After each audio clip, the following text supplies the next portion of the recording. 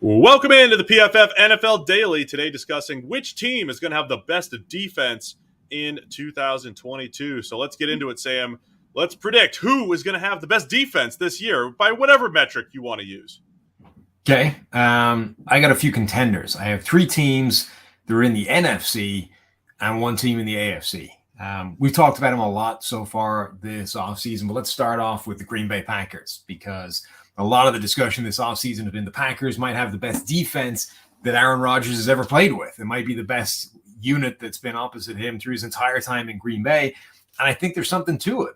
When you look at the players that they kind of blooded last season or that they got real development from, guys like Rashawn Gary is their elite number one pass rusher, guys like Eric Stokes, their rookie corner who ended up playing, the entire season basically and looking like a pretty good player going forward. They got a career year out of Rasul Douglas who comes back.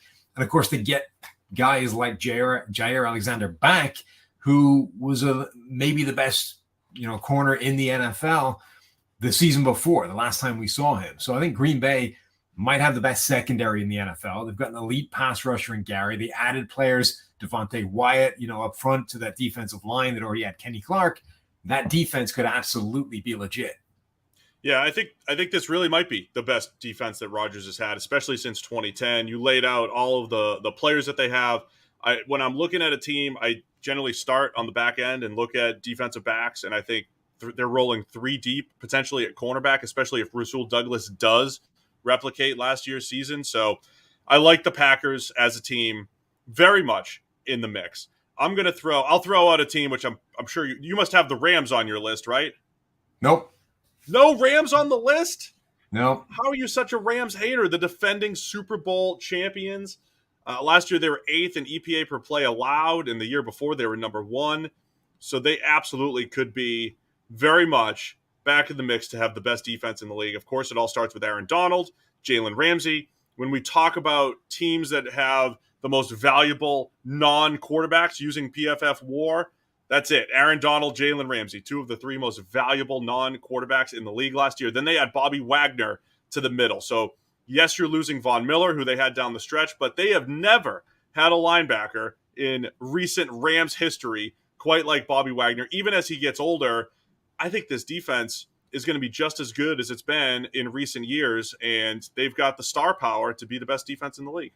Like, that's one of the fun or interesting parts about this whole discussion is, what do you measure it by? Because, do you go EPA per play? Do you go points? Do you go yards? Like, what is your measure for being the best defense in the NFL? Because I would imagine if you asked people who the best defense in the league was last year, you wouldn't get many people saying Buffalo.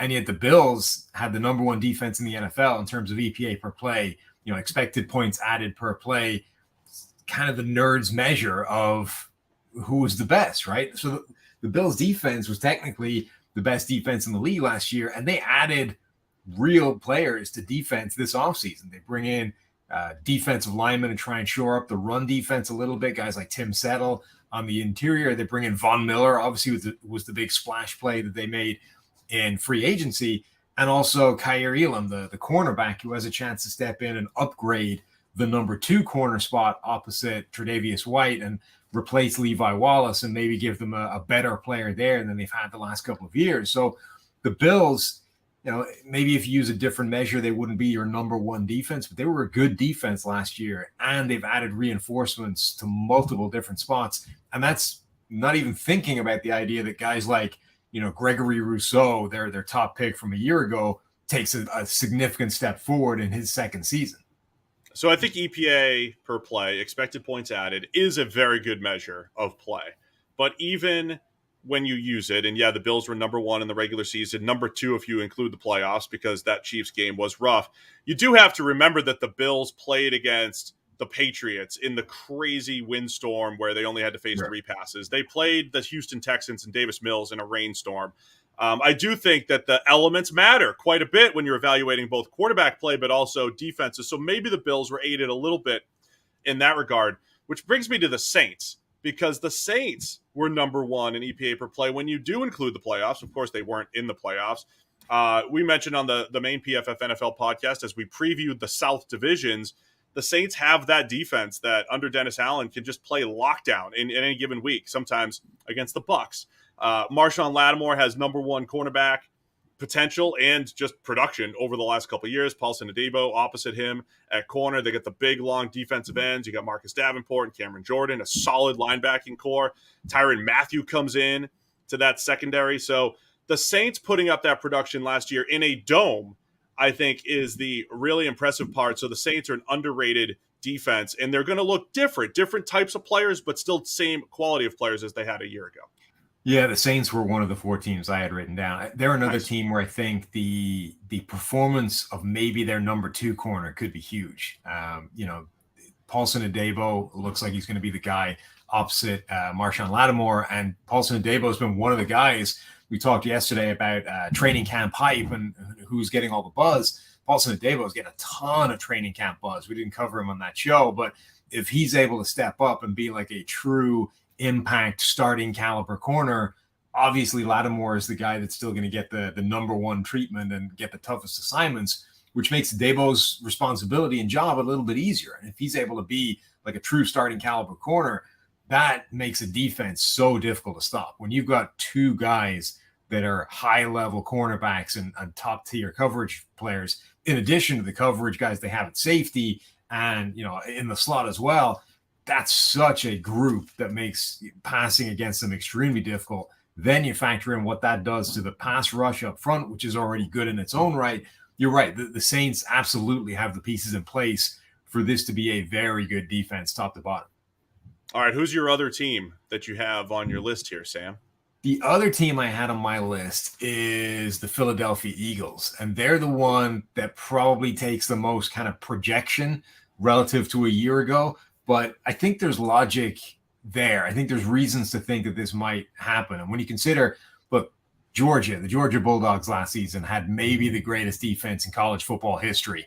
And the Eagles drafted a couple players off that defense. So I would imagine that's a pretty good starting point. You bring in Jordan Davis, who is this absolute freak of nature in terms of size and speed and athleticism and what he can do. There was that video of him absolutely manhandling their second round pick. Yeah, you got suckered in. I was going to ask if you got suckered in by the training camp video, the bull rush against Cam Jurgens, the second round center.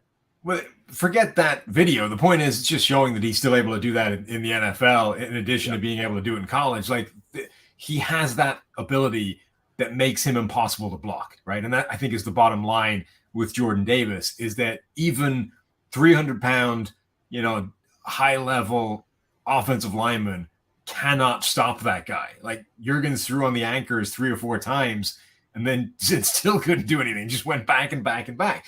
If Jordan Davis plays to his potential in his rookie season, he is a dominant defensive lineman.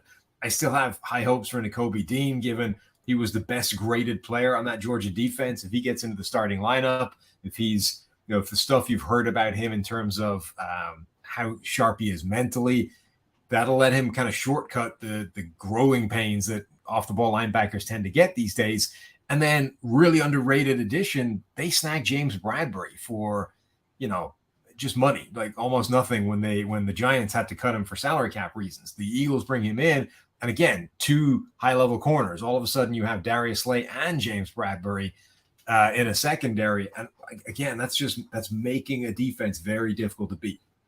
Yeah, I don't mind the Eagles as a long shot pick. They got to play a lot better than they did last year as far as their soft zone coverages. They were giving it up early in the season, got better a little bit down the stretch. I love those additions. I can't wait to see what Jordan Davis does actually bring to the table. But they might still be a year away there, though, Sam, because it's tough to rely on Jordan Davis having that big of an impact right now as a rookie.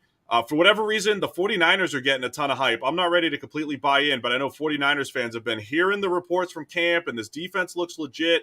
I do like Travarius Ward playing corner and coming in, and I think they're better. They're just a weird team that the stats weren't great last year, including EPA, including the worst deep passing team, but from a defense standpoint. But then they'd have these games where they'd shut down the Packers or they'd step up against the Cowboys.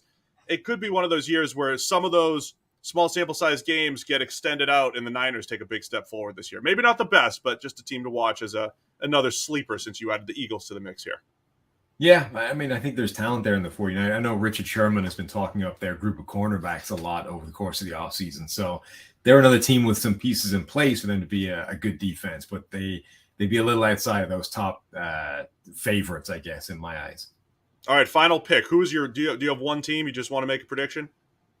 If I'm going to go for one of the four, I'd go for Buffalo. I think given the additions they made and where they were a year ago, I think they're good to kind of offset the inflation that was given them from the weather and those kinds of games last year. All right, well, I'll go with the Rams, another team even in the dome, and that's Rams Bills. It's opening night, NBC. The boss is on the call. How about that? I'll take the Rams. You'll take the Bills. Who's going to have the best defense in the league this year? It's the PFF.